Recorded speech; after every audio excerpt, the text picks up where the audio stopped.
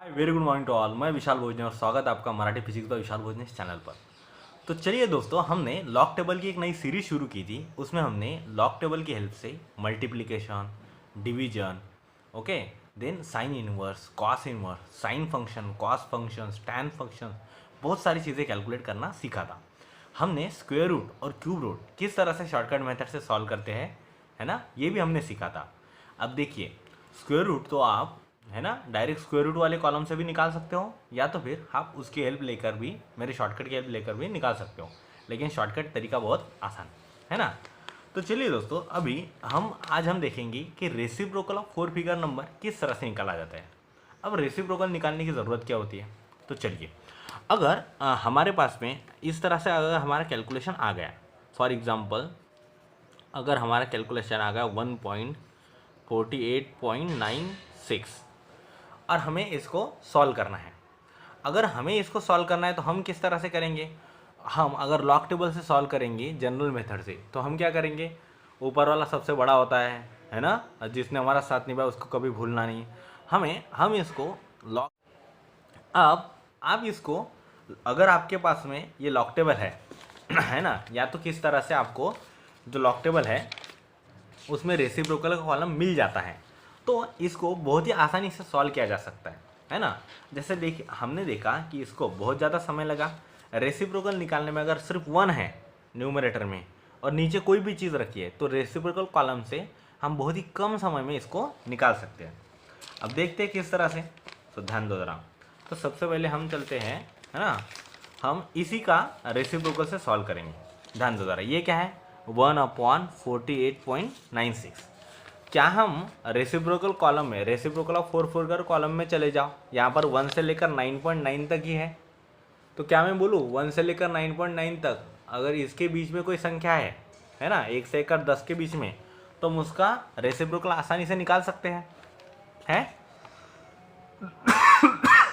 तो हम इसका रेसिप्रोकल आसानी से निकालने की कोशिश करेंगे। इसके लिए संख्या 1 से 10 के बीच में होनी चाहिए, लेकिन 48 तो बड़ा है। तो हम इसको किस तरह से सॉल्व करेंगे, ध्यान दो ज़रा। ये मेथड तो आपको ध्यान में है ना, ये पुरानी मेथड है हमारी। ओके, अब इसको देखते हैं हम शॉर्ट मेथड से किस तरह से करते हैं। ओके, ध्यान दो ज़रा। सो जब भी बात रेसिप्रोकल कॉलम की आती है, हमें 1/48.96 है, तो हम इसको 1 इस तरह से लिख सकते हैं, 4.896 इंटू 10 लिख सकते हैं ना इसको। अब 10 मतलब क्या होता है, 10 की पावर 1, यही अगर न्यूमरेटर में चला जाएगा तो क्या हो जाएगा, 1/4.896 इंटू 10 की पावर -1 हो जाएगा, है कि नहीं। तो हमें क्या करना है, 4.896 को रेसिप्रोकल कॉलम में देखना है। तो हमें 4.8 यहाँ पे मिल जाएंगे पहली लाइन में, तो मिल गए। अब 4.8 को यहाँ पे देखो, उसके बाद में क्या है 9, सो 4.8 को 9 में देखना है, मतलब 9 का कॉलम, 4.8 की रो, 2045 मिल गया हम लोगों को। और उसके बाद में क्या है 6, सो 6 के मीन डिफरेंस में क्या है, 6 के मीन डिफरेंस में है 3। क्या हम कहेंगे 2045 और 3, यहाँ पर मीन डिफरेंस क्या लिखा हुआ है, सब्सट्रैक्ट। क्या लिखा हुआ है मीन डिफरेंस, सब्सट्रैक्ट।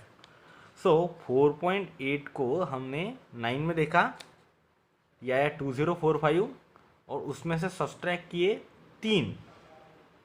सो 2045 से 3 सब्सट्रैक्ट किए तो कितने आते हैं, 2042।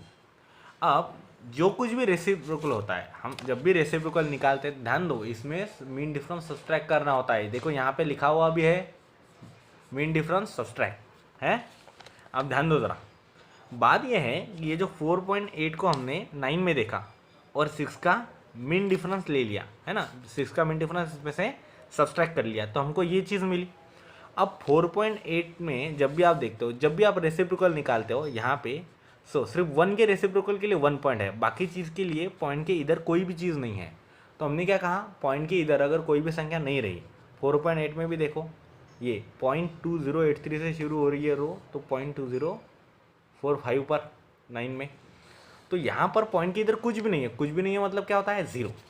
सो हम इसको किस तरह से लिखेंगे, 0.2042। अब ये कैसा होगा हमारा 0.2042 इंटू 10⁻⁻1, मतलब कितना होता है, मतलब होगा हमारा 0.02042। ओके, क्या मैं कहूँ यही आंसर हमारा पिछला था, है ना। अब वो था 0.02043। तो इतना जो लास्ट सिग्निफिकेंट में जो वेरिएशन आते हैं उन वेरिएशन को आप नेग्लेक्ट कर सकते हो, और लास्ट सिग्निफिकेंट में वेरिएशन भी कोई ज़्यादा नहीं आ रहा है। देखो लॉग टेबल से हम लोगों को सारी एक्यूरेट वैल्यू नहीं मिलती, यहाँ से हम लोगों को सारी एक्यूरेट वैल्यू नहीं मिलती, हमें अप्रोक्सीमेट वैल्यू मिलती है और वो लगभग सेम ही होती है। क्लियर, समझ में आ गया। तो इस तरह से आप रेसिप्रोकल का इस्तेमाल करके, है ना, किसी भी संख्या का रेसिप्रोकल निकाल सकते हो, या कोई भी अगर सिर्फ 1 से डिविजेड में कोई संख्या है तो उसको आप रेसिप्रोकल के हेल्प लेकर, इस लॉग टेबल की हेल्प लेकर आप सॉल्व कर सकते हो। Okay, is that clear to you? Have a nice day to all, thank you. बाकी का हम नेक्स्ट लेक्चर में